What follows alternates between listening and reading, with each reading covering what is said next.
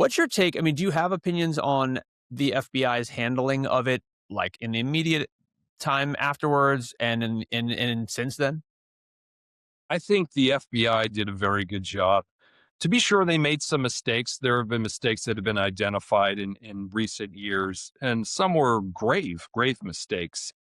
I've said many times before that mysteries like this are mysteries for a reason. Invariably, someone missed something somewhere, somehow, at some time. And that's my job, really, kind of as an investigator, serious investigators, to kind of look at what the FBI did and try to identify where the mistake was made. And to be sure, there were some mistakes were made. Nothing nefarious, though. And this is kind of a sad reality of this case too, is that there are a lot of people that are interested in the case nowadays, and you got some people who are serious investigators or researchers, and I count myself as one of those. But then you've also got people that are kind of like, they're kind of like suspect peddlers. In other words, they latch on to somebody that they want to believe was DB Cooper, and they just simply are not willing to let go, even though the evidence, you can just stack up the evidence around these people and say it just doesn't match. But a common thread among a lot of these people is that it was some sort of FBI cover up, FBI conspiracy. The guy was a Green Beret and he knew national secrets, and they didn't want to, have him talking in prison. I mean, there's always some story that goes along with it, which is unfortunate because the FBI, it's like I've said before, these are the guys that wear the white hats. These are the good guys. So to be sure, they're not infallible, but I have to say on measure, they did a pretty darn good job and a pretty thorough job. Now, if there's one bit of criticism that I could level at the FBI, it would be where things are today, the way the FBI operates today.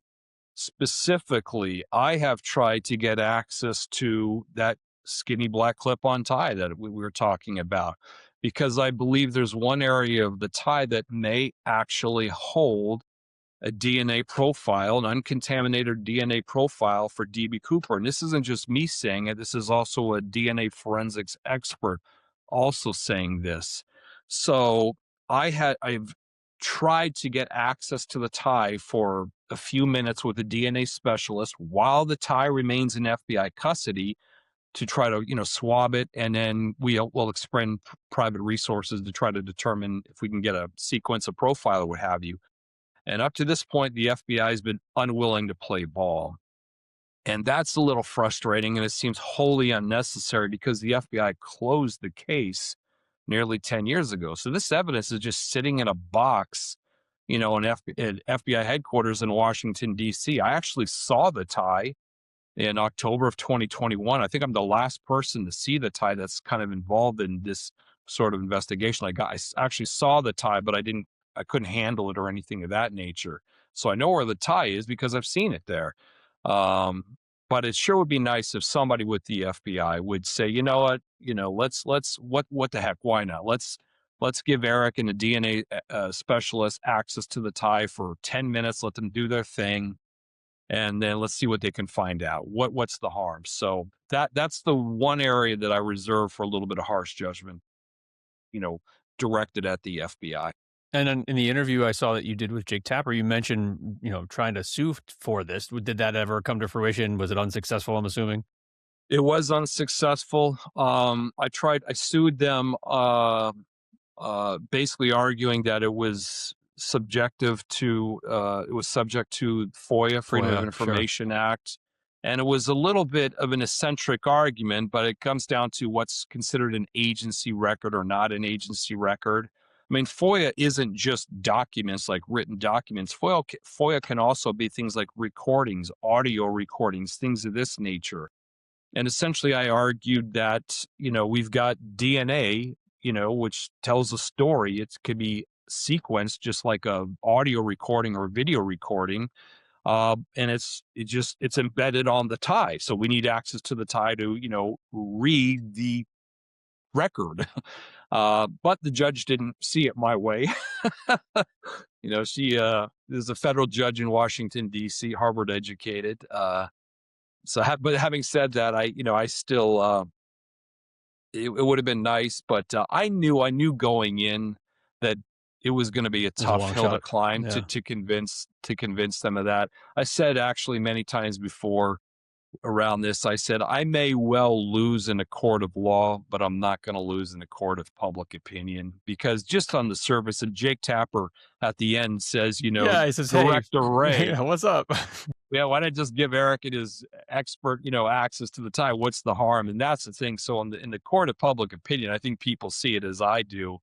But in the court of law, of course, the judge, who's all that matters at this point, she saw it very different. Do you think the FBI closed it in 2016 and continues to do things like block this because they're just kind of tired of having to deal with this unsolved case from the 70s? Or is it a little bit of like, we have other things to deal with? I think it's probably a combination of both. I mean, the reality of the situation is DB Cooper is not going to get prosecuted at this point, even if by some crazy chance he's alive, he's 100 years old. No one's prosecuting a 100-year-old man for the skyjacking at this point. So I think that it's a pragmatic, it's a practical decision on their part. They did temporarily reopen it briefly, and this ties in with Richard Floyd McCoy Jr.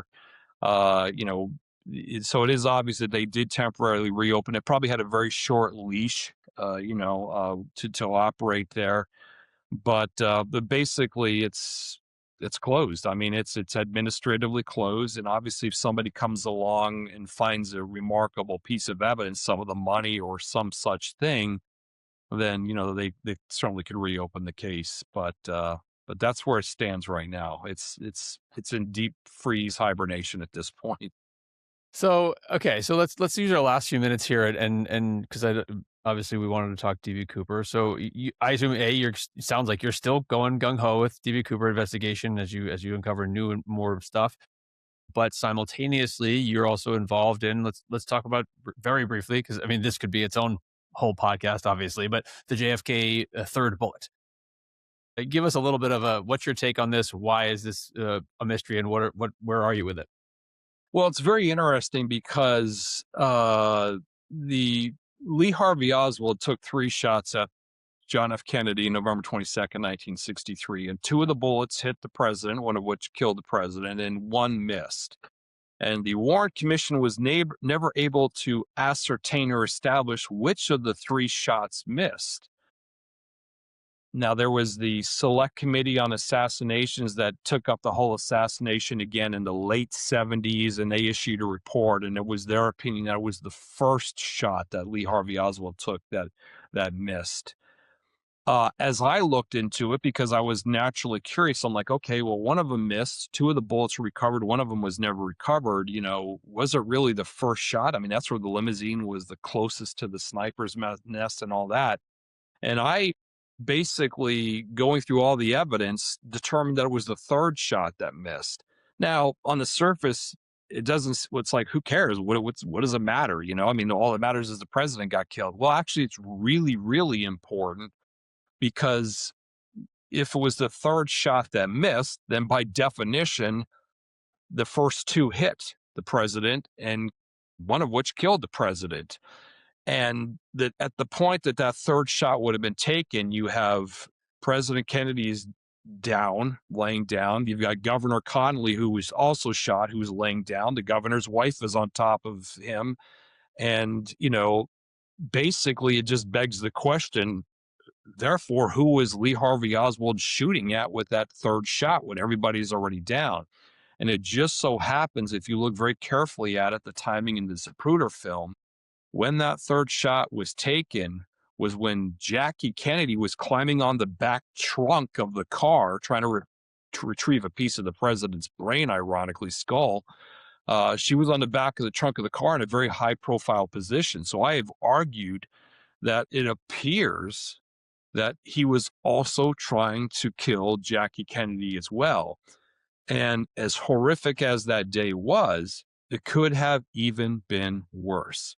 So apparently, Lee Harvey Oswald actually only accomplished half of his mission that day.